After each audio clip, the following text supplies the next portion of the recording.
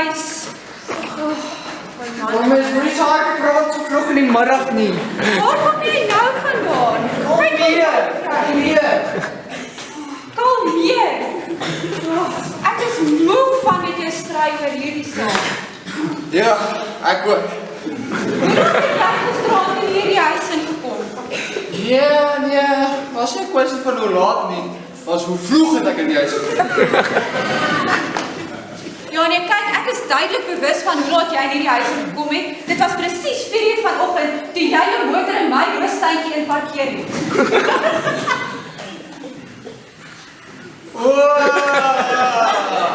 Jy weet, nee, ek het gewonder wie die voordeur geskuif het gisterand.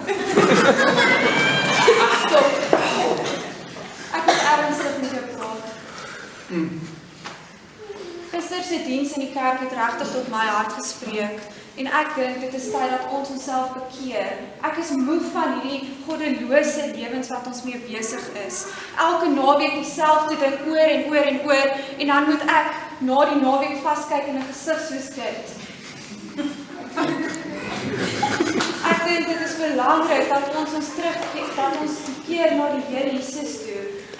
Die dominee het gister gesê, die prys wat hy aan die kruis vir ons sondes betaal het. En nou, terwyl die genade deur nog oop staan, dink ek moet ons daardie keuse maak, terwyl ons nog sy stem hoor, my man.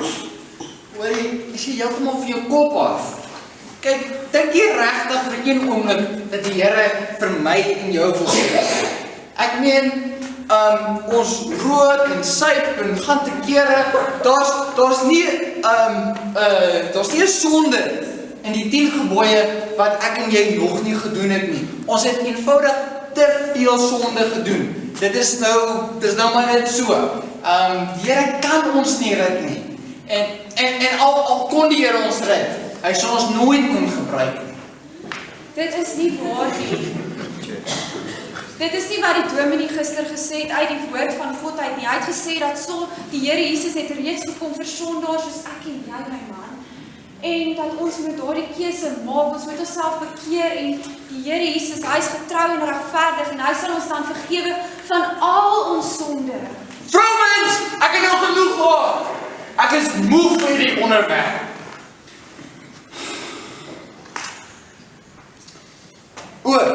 Jy weet wat? Ek het vir Jan gesê, ek kry hom 'n sekere tyd by die pub and grill. Kyk, ek kan sien, jy's 'n bietjie teen mekaar en so, kom saam met ons en ons kan iets bestel en ons kan 'n bietjie verder oor hierdie saak praat en nadrink. Ek is ernstig, het jy nie gehoor wat ek vir jou gesê het nie? Ek kan nie eens slaap in die dag of in die nag soos wat my gewete my aankla nie. Ek kan nie meer so aangaan nie. My siel smag na vergifnis, na vrede, na rus. En jy worry om na die pub en grill toe te gaan. Kom en maak hierdie keuse saam met my man, asseblief, ek pleit by jou. Vroumense, jy is onmoontlik.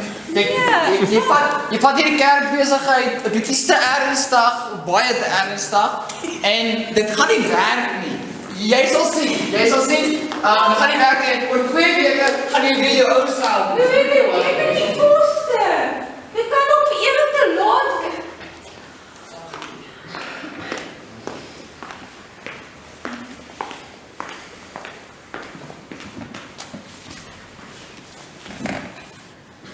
Here Jesus Christus, vandag kom ek na U toe en ek wil U kom vra om my te kom red, Here.